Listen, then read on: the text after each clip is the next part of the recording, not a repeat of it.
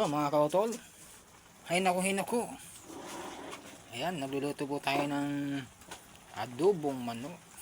Pang-ulam na, pang main event pa. Usap tayo, hay naku.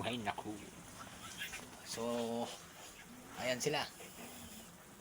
Nagkukulitan yung ang aking apologize. Yan. Mga kahay naku. Nakikita nyo kung ano yan. Siyempre, kailangan muna halu-haluin natin yan.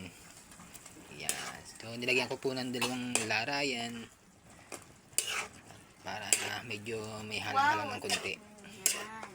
Baba. Yan.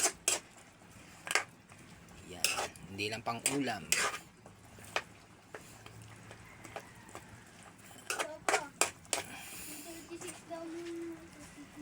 Yan. Okay.